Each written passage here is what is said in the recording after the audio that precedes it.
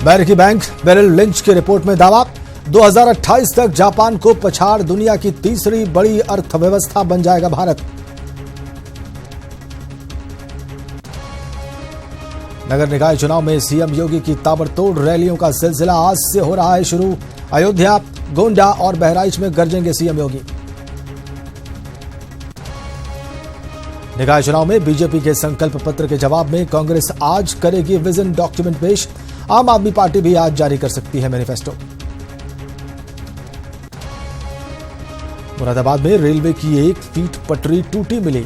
Delhi Lucknow rail route पर रोका गया ट्रेनों का आवागमन। रेलवे अधिकारी मौके पर पटरी के मरम्मत का काम जारी। मेरठ में फ्लाईओवर से नीचे गिरी बाइक। हादसे में बाइक सवार 3 युवकों की हुई मौत। सीतापुर में महिला को बंधक बनाकर 7 लोगों ने किया गैंगरेप। एक आरोपी चढ़ा पुलिस के हत्थे, 6 फरार। 54 साल पुराने कालागढ़ शहर को एनजीटी ने खाली करने के दिए आदेश। एशिया के सबसे बड़े कच्चे बांध के निर्माण के लिए बसाया गया था शहर। देश के पहले प्रधानमंत्री पंडित जवाहरलाल नेहरू की जयंती आज। बाल दिवस के मौके पर देश भर में हो रहे कई आयोजन। प्रद्युम्न हत्याकांड मामले में सूत्रों के हवाले से बड़ी खबर मिल रही है। प्रद्युम्न हत्याकांड का आरोपी छात्र अपने बयान से पलट गया है। आरोपी ने कहा कि मैंने किसी की हत्या नहीं की है।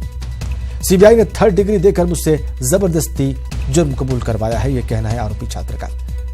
उसने कहा कि मेरा भी छोटा भाई और मैं ऐसा कैसे कर सकता हूं। कल सीबीआई चाइल्ड प्रोटेक्शन ऑफिसर ने उससे पूछताछ की थी। फरीदाबाद के बाल सुधार गृह में आरोपी छात्र से पूछताछ की गई थी। सोशल बैकग्राउंड इन्वेस्टिगेशन रिपोर्ट तैयार करने गई थी टीम। 22 नवंबर तक टीम को जुवेनाइल जस्टिस बोर्ड में यह रिपोर्ट जमा करवानी है।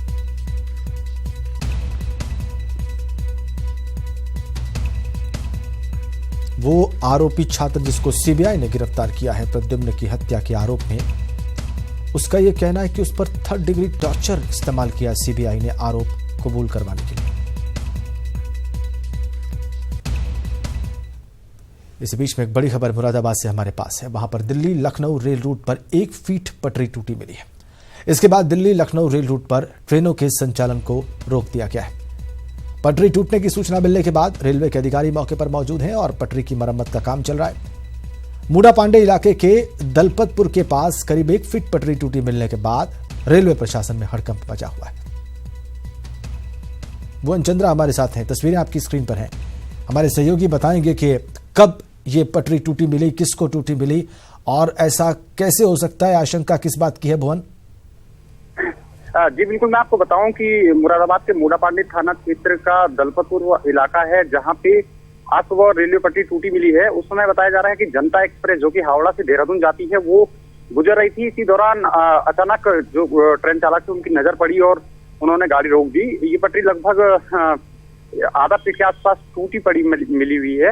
हालांकि रेलवे अधिकारियों से जो हमारी बात हुई है उनका ये कहना है कि रेल फ्रैक्चर होने के चलते पटरी चटकी हुई है। हालांकि इस बात की भी आशंका जताई जा रही है कि ये पटरी जानबूझ काटी गई है या तोड़ी गई है। तो अधिकारियों का कहना है कि इस मामले की जांच कराएंगे, लेकिन प्रथम दृष्टया देखने में यही मालूम हो रहा है कि ठंड के चलते रेल फ्रैक्चर हुआ है, पटरी टूटी हुई है। इस समय मरम्मत का काम है। चूंकि मैं मौके पे हूँ और मैं देख पा रहा हूँ कि एक जो 2 गाड़ियां खड़ी थी उनको कॉशन लगा के निकाला गया है। साथ ही अभी भी मरम्मत का काम जारी है। जी शुक्रिया भुवन आपका। इंतजार रहेगा कि इन्वेस्टिगेशन क्या कहती है आखिर में कि ये पटरी कैसे टूटी थी। क्या रेल क्रैक टेम्परेचर के बदलाव की वजह से था, तापमान गिरने की वजह से था, या इसे काटा गया है?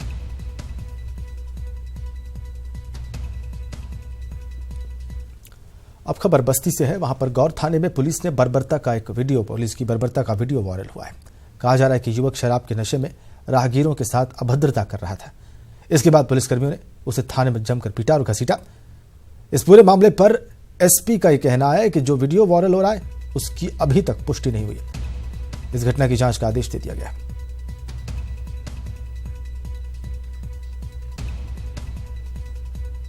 ये वीडियो वायरल हो रहा है जिसकी फुटेज इस वक्त आप देख पा रहे हैं अपनी स्क्रीन पर।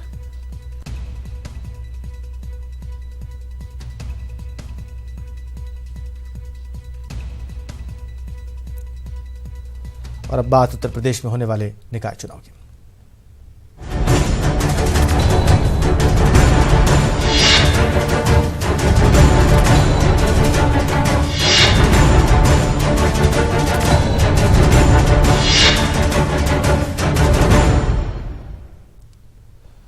सीएम योगी आदित्यनाथ नगर निकाय चुनाव के लिए आज अयोध्या से शंखनाद करने वाले हैं।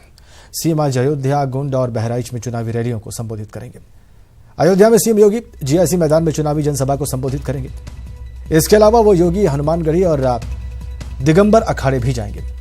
अयोध्या के बाद सीएम योगी गोंडा जाएंगे और वहां पर वो अदम गोंडवी मैदान में चुनावी रैली को संबोधित करेंगे और बहराइच में महाराज सिंह इंटर कॉलेज मैदान में चुनावी सभा करेंगे। इस दौरान बीजेपी के प्रदेश अध्यक्ष डॉक्टर महेंद्र नाथ पांडेय भी उनके साथ मौजूद रहेंगे।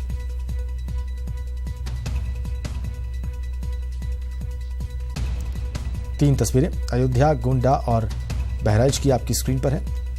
आज इन तीनों ही जगहों पर चुनाव प्रचार के लिए पहुंचना है मुख्यमंत्री को। तीनों ही जगहों पर चुनावी सभाएं करेंगे। निकाय चुनाव के प्रचार का आगाज आज से मुख्यमंत्री योगी के द्वारा। और अयोध्या वो स्थान जहां से पहली रैली करके वो इसका शंखनाद करेंगे।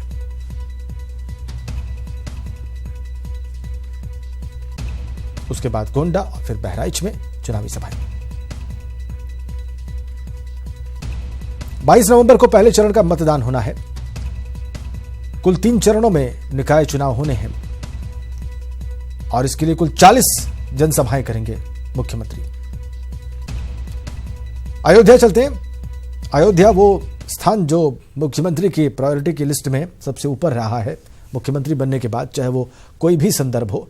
और अब जब चुनाव प्रचार की उन्होंने शुरुआत की है तो उसके लिए भी अयोध्या का ही चुनाव किया है।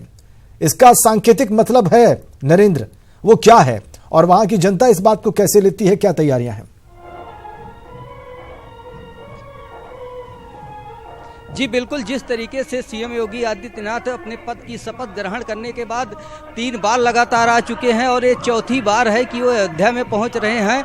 और सबसे बड़ी बात यह है कि नगर निगम इसको बना दिया गया है। अयोध्या फैजाबाद को पहली बार यहाँ पे मेयर पद के लिए चुनाव होने जा रहा है और योगी आदित्यनाथ अपने नगर निकाय चुनाव की पहली जनसभा को भी अयोध्या से ही जो है संबोधित करने जा रहे हैं। तो निश्चित तौर पे अगर देखा जाए तो धार्मिक टच भी इसको दिया जा रहा है। वृंदावन को भी नगर निगम बनाया गया है। तो ऐसे में अगर देखा जाए तो योगी आदित्यनाथ को सुनने के लिए यहाँ पे बड़ी संख्या में लोगों के एकत्र होने की संभावना है। यहाँ पे कुर्सियाँ बड़ी संख्या में लगाई गई हैं। तो जिस तरीके से नाता रहा है, यहाँ लगाव रहा है सीएम योगी आदित्यनाथ का, निश्चित तौर पे उनके भव्य स्वागत की तैयारियाँ हैं। अगर देखा जाए तो बीजेपी सबसे पहले चुनावी मैदान में उतर रही है, नगर निकाय चुनाव के लिए प्रचार प्रसार कर रही है। खुद सीएम योगी आदित्यनाथ अयोध्या आ रहे हैं, फैजाबाद आ रहे हैं।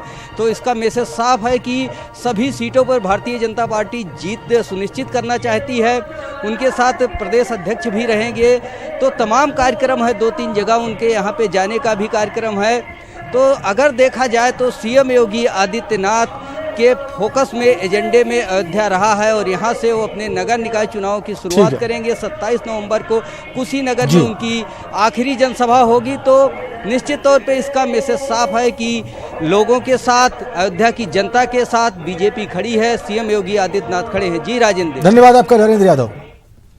अयोध्या को वो लगातार महत्व देते रहे हैं और ऐसे पहले मुख्यमंत्री हैं जिन्होंने राम जन्मभूमि बाबरी मस्जिद विवाद के खड़े होने के बाद इतनी तेजी से, इतनी ज्यादा अयोध्या यात्राएं की हैं और अब वो आज चुनावी सभा करने जा रहे हैं। अयोध्या को नगर निगम घोषित कर दिया गया है। तो अयोध्या में इस बार चुनाव नगर पालिका के नहीं बल्कि नगर निगम के होंगे।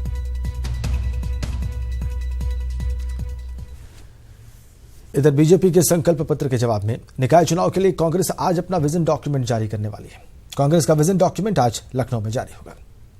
ये संकल्प पत्र का कांग्रेस का जवाब है। संकल्प पत्र मैनिफेस्टो का एक नाम जिसे 2014 से लगातार बीजेपी इस्तेमाल कर रही है। अब कांग्रेस अपने घोषणा पत्र को विजन डॉक्यूमेंट का नाम देकर आज जारी करेगी। देखना बहुत दिलचस्प कि 18 हिस्सों में प्रस्तुत बीजेपी के संकल्प पत्र में किए गए वादों से अलग कांग्रेस क्या देती है अपने इस घोषणा पत्र में, जिसका नाम विजन डॉक्यूमेंट है।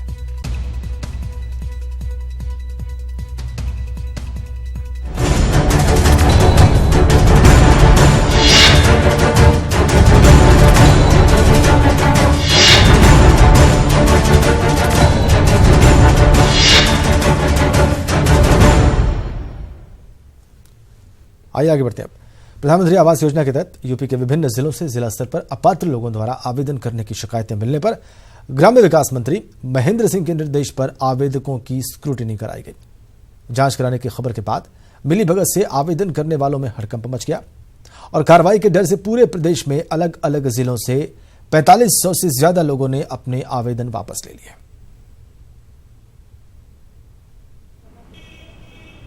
विकास विभाग के द्वारा जो प्रधानमंत्री ग्राम बनाए जा रहे हैं, गांव में घर बनाए जा रहे हैं, उसके तहत पूरे उत्तर प्रदेश में जो गांव की संख्या वो 9,71,000 है और 9,71,000 में से जो अपात्र लोग थे, जब ग्राम विकास विभाग ने कार्रवाई करना प्रारंभ किया तो मैं उदाहरण के लिए केवल एक जिले का उदाहरण आपको देना चाहता हूं। अकेले गोंडे जिले में 1800 लोगों ने आकर के गोंडा जिले में कहा कि मैं अपात्र हूं और मुझको मकान नहीं चाहिए, लिख करके अपना मकान का क्लेम छोड़ गए। और इस तरीके से पूरे उत्तर प्रदेश में अभी तक 4,500 लोगों ने अपना लिख करके क्लेम छोड़ा है कि मैं अपात्र हूं और मुझको मकान नहीं। उत्तर प्रदेश में ग्राम विकास विभाग में 40 जिलों में प्रधानमंत्री आवास योजना की जांच के बाद हड़कंप मच गया है। उत्तर प्रदेश के आधा दर्जन जनपदों में 4,500 अपात्रों ने अपना नाम सूची से वापस ले लिया गया, क्योंकि इन अपात्रों का चयन पूर्ववर्ती अधिकारियों ने कर दिया था। लेकिन इस जांच के आदेश के बाद उनके अंदर हड़कंप मच गया और कार्रवाई के डर से 4,500 जो बड़ी संख्या होती है, उन्होंने जिलाधिकारियों को इस बात का एप्लीकेशन देकर अपना नाम वापस ले लिया कि उनका नाम सूची में तो है लेकिन वो अपात्र थे। इसके बाद अब उन अधिकारियों पर भी कार्रवाई की तैयारी की जा रही, जिनके समय में इतने बड़े पैमाने के घोटाले किए गए और अपात्रों का चयन प्रधानमंत्री आवास की सूची में चयन कर दिया गया। कैमरा आशीष के साथ अजीत सिंह, ईटीवी न्यूज, लखनऊ। अमेरिकी बैंक मेरिल लिंच की रिपोर्ट में दावा किया गया है कि साल 2028 तक भारत जापान को पछाड़कर दुनिया की तीसरी सबसे बड़ी अर्थव्यवस्था बन जाएगा। यह दावा भारत की तेजी से बढ़ रही अर्थव्यवस्था को देखकर किया गया है। फिलहाल ब्राजील और रूस को पीछे छोड़कर भारत ब्रिक्स देशों में चीन के बाद दूसरी सबसे बड़ी अर्थव्यवस्था है। रिपोर्ट में दावा किया गया है कि 2019 तक भारत फ्रांस और ब्रिटेन को पछाड़ देगा। इसके साथ ही यह देश जर्मनी के बाद दुनिया की 5वीं सबसे बड़ी अर्थव्यवस्था बनने की राह पर अग्रसर है। बड़ी खबर। और निश्चित रूप से इस दौर में जब भारतीय अर्थव्यवस्था की पिछली तिमाही की जो रिपोर्ट आई थी उसमें कमी को देख के तरह तरह के सवाल उठ रहे थे, इस दौर में, इस वक्त पर, इस मोड़ पर मेरिल लिंच नाम की बैंक की यह रिपोर्ट उत्साहित करने वाली है सरकार को, व्यवस्था को, नीति निर्धारकों को।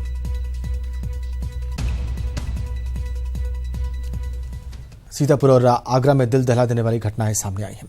सीतापुर के शहर कोतवाली के कलेक्ट्रेट कॉलोनी में महिला आरक्षी ने फांसी लगाकर आत्महत्या कर ली। महिला आरक्षी डीएम की हमराही टीम में तैनात थी।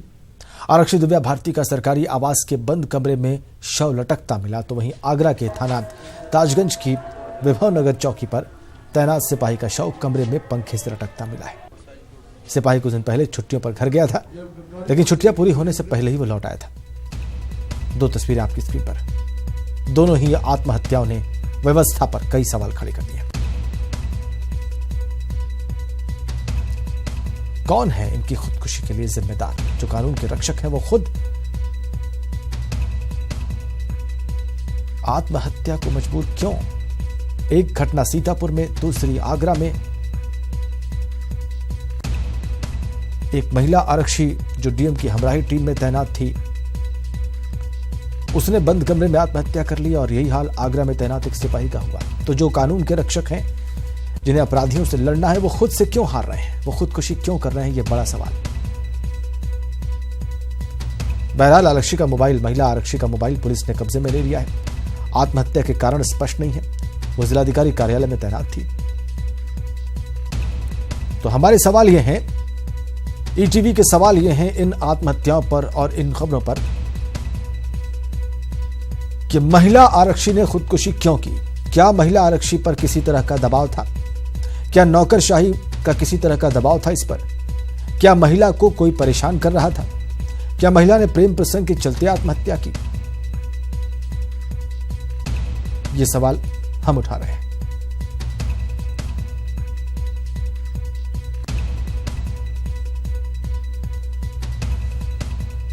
तो फांसी लगाकर महिला ने आत्महत्या की।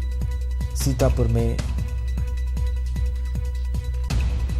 जो सवाल हम उठा रहे हैं वो आप के मन में भी होंगे, आपके जहन में भी होंगे। सवाल है कि महिला आरक्षी ने खुदकुशी क्यों की?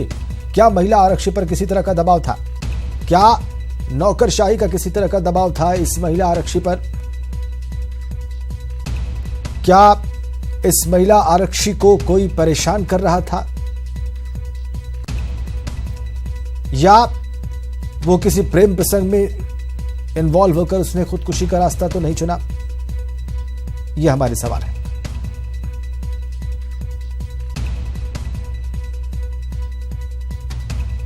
कानून के रक्षकों के इस तरह खुद से हार जाने पर सवाल उठने लाजमी, और वो सवाल जो आपके जहन में हैं, या वो सवाल जो स्थितियां देखकर खड़े होते हैं, वो हमने उठाए हैं।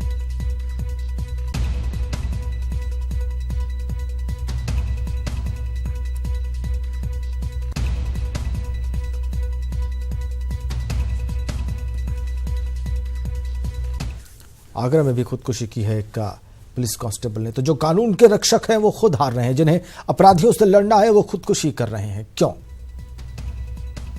आगरा में सिपाही ने आत्महत्या की, पंखे से लटक कर उसने खुदकुशी की। 2 साल पहले उसने नौकरी शुरू की थी। कुछ दिन पहले ही वो छुट्टियों से लौटा था। किराए के मकान में वो अकेला रहता था। उसने खुदकुशी क्यों की? हमारे सवाल, क्यों की अक्षय कुमार सिपाही जो था, वो सिपाही का नाम अक्षय कुमार था, उसने खुदकुशी क्यों की? पूरी छुट्टी उसने घर जाकर क्यों नहीं बिताई? छुट्टियां खत्म होने से पहले ही वो वापस क्यों आ गया? क्या घर से जल्दी लौटने का कोई दबाव था उसके ऊपर? क्या उसके ऊपर भी नौकरशाही का किसी किस्म का कोई दबाव था? क्या ओवरटाइम करने का कोई दबाव था? ये सवाल उठने लाजमी है। ये हमारे सवाल हैं, बिल्कुल स्वाभाविक सवाल। ईटीवी के सवाल, आपके जहन में उठ रहे सवाल हम सामने रख रहे हैं।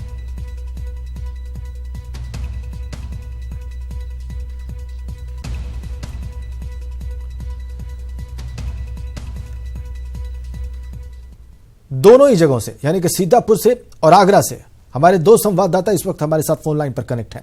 नीरज सीतापुर से हैं, आरिफ आगरा से हैं। पहले सीतापुर चलते हैं नीरज के पास। आप परिस्थितियां वहां पर क्या बता रही हैं इस आत्महत्या के बारे में नीरज? देखिए, ये यहाँ पर कलेक्ट्रेट कॉलोनी में ये महिला सिपाही रहती थी और ये बरेली की रहने वाली है। कल देर रात इसके परिजन आए हैं जिनसे बातचीत हम लोगों ने की, और उनके परिजनों ने फिलहाल ऐसा कोई कारण नहीं बताया जो आरोपित हो, लेकिन जो और तफ्तीश और पहिला के बयानों और जो परिस्थितियां हैं उसके मुताबिक जो अब तक की जांच पड़ताल में पता चल रहा है कि इस महिला का उसके एक रिश्तेदार से कुछ प्रेम प्रसंग था, और उससे इसकी घटना के कुछ पहले तक बातचीत भी हुई है। बातचीत के बाद में क्या कुछ ऐसा नतीजा निकल करके आया कि जिसके बाद उसने इस कदम को उठाया। उस जिस पे संदेह व्यक्त किया जा रहा है वो कैलाश नाम का इसका रिश्तेदार है, जो इसकी बहन का देवर लगता है। पुलिस ने फिलहाल उसको अपनी हिरासत में ले लिया है और उससे पूछताछ शुरू कर दी है।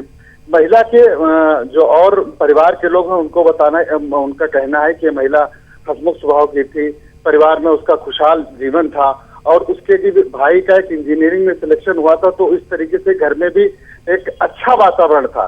तो कुल मिलाकर के पारिवारिक ये सब चीजें अभी तक सामने आई हैं।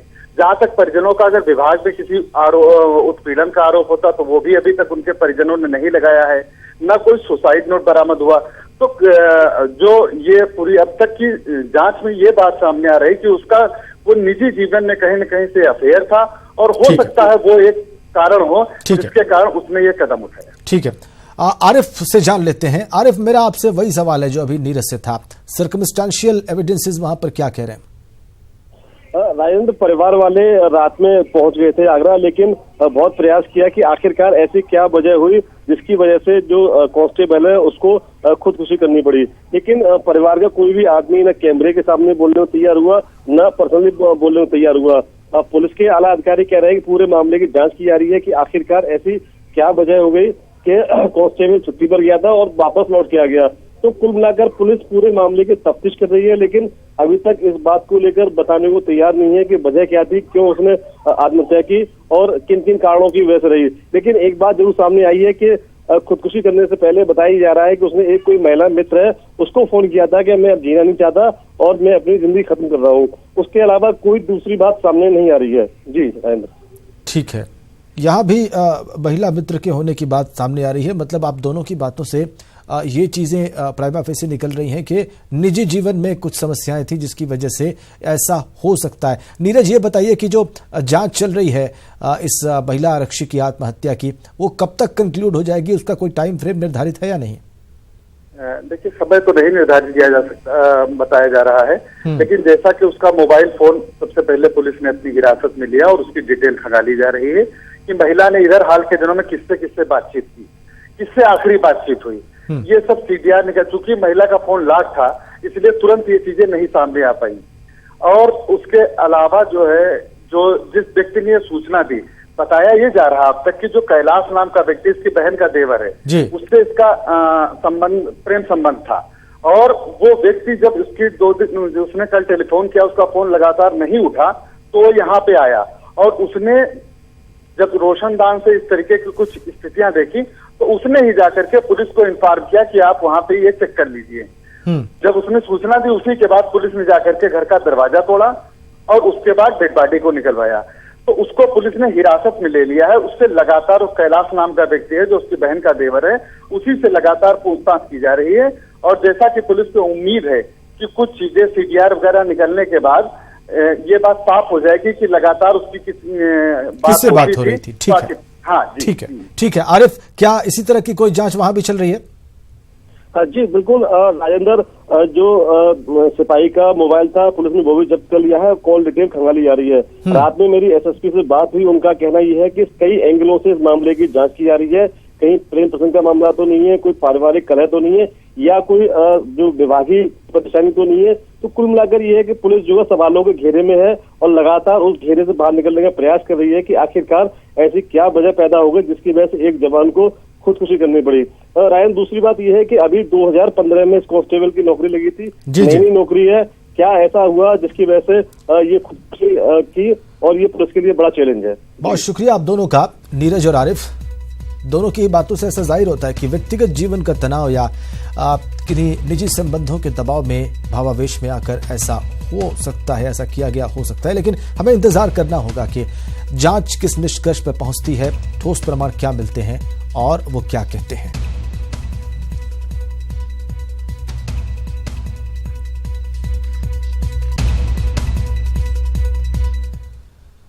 इधर बांदा में होमगार्ड्स ने अपने कमांडेंट पर उत्पीड़न का आरोप लगाते हुए एसपी को शिकायती पत्र दिया है। शिकायती पत्र में होमगार्ड्स ने आरोप लगाया है कि इनके कमांडेंट ड्यूटी लगाने के साथ ही डेली दिनचर्या रिपोर्ट पे मनमानी करते हैं। जिले के तमाम क्षेत्रों से दूर दूर से होमगार्ड आकर ड्यूटी करते हैं। अगर इन्हें 10 से 15 मिनट कभी कभी आने में लेट हो जाता है तो इनके नाम के सामने अनुपस्थिति चढ़ा दी जाती है, इनको एब्सेंट दिखा दिया जाता है और लेट होने पर कमांडेंट अभद्रता भी करते हैं। ये शिकायत की है इन होमगार्ड्स ने।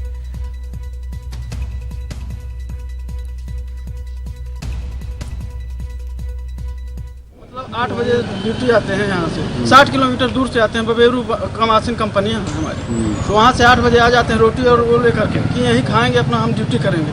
फिर भी हम ड्यूटी करते हैं और जो ये हमारी रपट लिखवा देते हैं। कौन? ये लालचंद चौधरी जी साहब। किस पद पे है? ये लाइन प्रचार निरीक्षक कहते हैं। RI है। मानसिक प्रताड़ित करते हैं और उनके पास उपस्थित होने से हमारी मतलब वापसी तो करा देते हैं, एक दिन का हमारा नुकसान हो जाता है साहब। तो कमांडेंट पर उत्पीड़न के आरोप बांदा में 36 होमगार्ड्स ने लगाए। उत्पीड़न का आरोप होमगार्ड ने एसपी को शिकायती पत्र लिखकर लगाया है। आरोप यह कमांडेंट ड्यूटी लगाने के साथ ही डेली दिनचर्या रिपोर्ट में मनमानी करता है, 10 से 15 मिनट लेट होने पर एब्सेंट दिखा देता है। ये 2 प्रमुख आरोप है।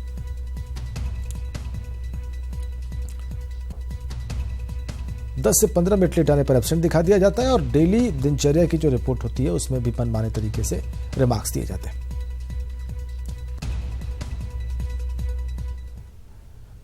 और एक बड़ी खबर फर्रुखाबाद से है। शांति भंग की कार्रवाई के नाम पर पुलिस का कारनामा सामने आया है। पुलिस ने दिव्यांगों, बुजुर्गों और मृतकों पर भी शांति भंग की कार्रवाई की है। मानसिक रोगी और मुंबई में तैनात व्यक्ति को भी पाबंद कर दिया। कमालगंज पुलिस ने आधा दर्जन लोगों पर यह कार्रवाई की। बड़ी खबर फर्रुखाबाद से। शांति भंग की कार्रवाई के नाम पर पुलिस का कारनामा। फर्रुखाबाद से आ रही इस बड़ी खबर के साथ ही हमें रुकना होगा एक और छोटे से ब्रेक के लिए।